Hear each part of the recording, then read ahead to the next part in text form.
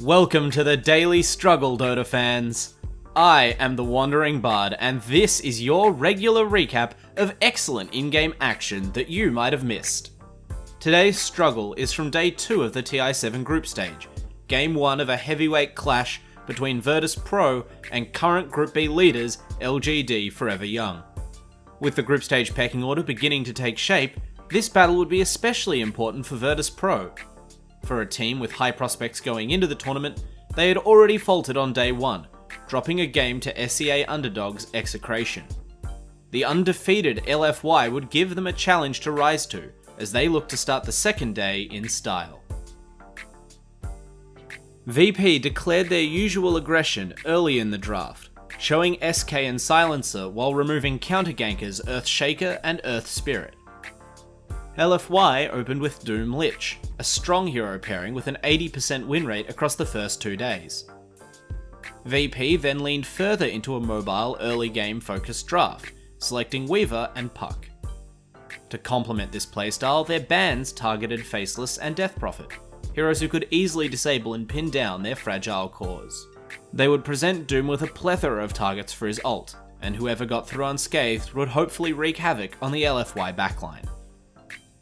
For their part, LFY picked Tusk third, giving them a way to rescue heroes from delayed effect teamfight spells such as Epicenter, Dreamcoil, and Bloodrite. They then revealed their strat, selecting powerful pushing cores in Lycan and Medusa. With every hero in their lineup being of above average survivability, they would make it difficult for VP to get the instant burst kills that they needed to open up fights. With a possible Drow pick diligently blocked by LFY's ban, VP's fifth hero was an unconventional Bloodseeker, possibly to confuse LFY as to who their own last pick would be matching up against in mid. As the game began, all questions were answered, as no one lined up the Crimson Speedster middle lane against Super's Medusa. Meanwhile, Inflame's hiding place in the trees at top was immediately scouted by VP for first blood, showing the preparation that these teams had put in for the match. VP immediately dispatched Lil's SK to mid, trusting in Weaver and Silencer to handle the Doom. He continued to roam between mid and bot, while Arfu's Tusk mostly pressured Pasha's offlane Puck. When Tusk did attempt to move away and help the Doom, he found himself constantly scouted by VP's forward wards. Despite the Russians' aggressive lineup, the laning phase remained static for an unusually long time. Part of the reason for this was no one's choice to rush a Midas, which took him until almost 11 minutes to complete. But their inevitable grouping up was also delayed by the extremely slow level 6 on Pasha's Puck. Signs of DDC's Lich at work. In the end, it was LFY who made the first big smoke move of the game, almost managing to dive no one as his Midas recipe was flying in. The gank was well timed and slickly executed, but no one was playing very deep under his tower after spotting DDC's illusion scouting at the side of the lane. LFY still decided to commit, but the support was already rushing in for the Bloodseeker, turning the gank around before the diving heroes could even finish their kill. All 3 LFY players fell, as Pasha leveled up mid-fight and instantly deployed his first Dreamcoil of the game. More long minutes passed without action, LFY discouraged from further aggression, and VP seemingly happy to continue delaying their own plans as long as they held clear dominance over the lanes. Ramses took the Tier 1 top uncontested and showed no signs of stopping there, his control over that lane secured by deep wards from Solo. He flew out a 15-minute Lincoln Sphere, and Lil grabbed a blink while no one approached his Sanjin Yasha. Medusa and Lycan were farming decently for LFY, but were looking a little slow to come online against these impressive item timings. LFY tried another smoke movement mid against the multiple VP heroes pressuring that lane, but by luck or by smarts the Russians were again ready for them. Their snowball initiation was instantly cut off by global silence, and they were forced to pop Medusa's ultimate wholly defensively. With 2 heroes dying for none, LFY then lost DDC seconds later as he lingered around the tower, although Super was able to deny it. With the way things were going for them, Inflame's Doom giving up his life to secure VP's top tier 1 felt almost like a victory. Minutes later, 3 LFY heroes could only watch helplessly as Ramses took their tier 2 bottom right in front of them. With Monet still assembling Necrobook, and Super still items away from coming online, they needed to buy some time. Attempting to make a play with their other 3 heroes, LFY sent their Shadowblade Doom forward, but his smoke broke right on top of an enemy sentry. Global Silence allowed VP to run rings around Pour in Flame, bringing his score to 0, 5 and 2. LFY were down to 1 more smoke for the next 10 minutes, but their Lycan was now ready to Rosh.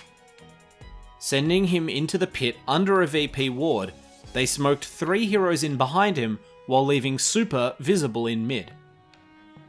DDC walked just close enough to break smoke on the VP heroes waiting near their shrine, prompting Pasha to blink forward with a Dream Coil. But the LFY cores were safely out of the way, and with their Epicenter cast cancelled by Doom, VP could only kill the Lich, and their low HP team crumbled. LFY took 4 lucrative kills from that engagement, but Lycan was forced back without finishing Rosh, which made the context of the next fight all but certain. LFY healed up and ran back to the pit to find VP already had the big golem down to 40% health. Again, Monet and Inflame stayed at the back, while VP were tempted into blowing their initiation combo on Tuscan Medusa. Unable to bring down the tanky snake, VP were able to withdraw before their heroes started dying, but they were now without their key ultimates, and no one had had all his mana burned away by Lycan's Necro Summons. Sticking around to try and poach the Aegis, VP were heavily punished, as Afu bought back and Super unleashed the Stone Gaze he had carefully saved through the initial engagement. Having conceded 3 kills, and the Aegis to Monet, VP's previously impeccable positioning started to break down, giving up random kills across the map. LFY were now far ahead on levels, and with backbreaking core items coming up in the form of Butterfly and Assault Cuirass, things were looking ominous for the Russians. Having avoided death for the first half an hour, no one was picked off in the jungle by a Doom, allowing the window for a high ground push at mid. With the Aegis seconds from expiring, Monet allowed VP to bring him down in return for the tier 3 tower. He escaped after respawning, although Super was not so lucky. VP took a few minutes to finish up their last couple of items, ready to make a final play for the game. Even at this stage, their net worth was far from shabby, with Weaver the richest hero on the map. But LFY's cause scaled so much better that it would take a perfect initiation to turn a fight in their favour. VP smoked up to Super in mid, but the courier snuck in with his final butterfly component as they tried to dogpile onto him, and with reinforcements already surrounding them, the Russians broke and ran, losing 2.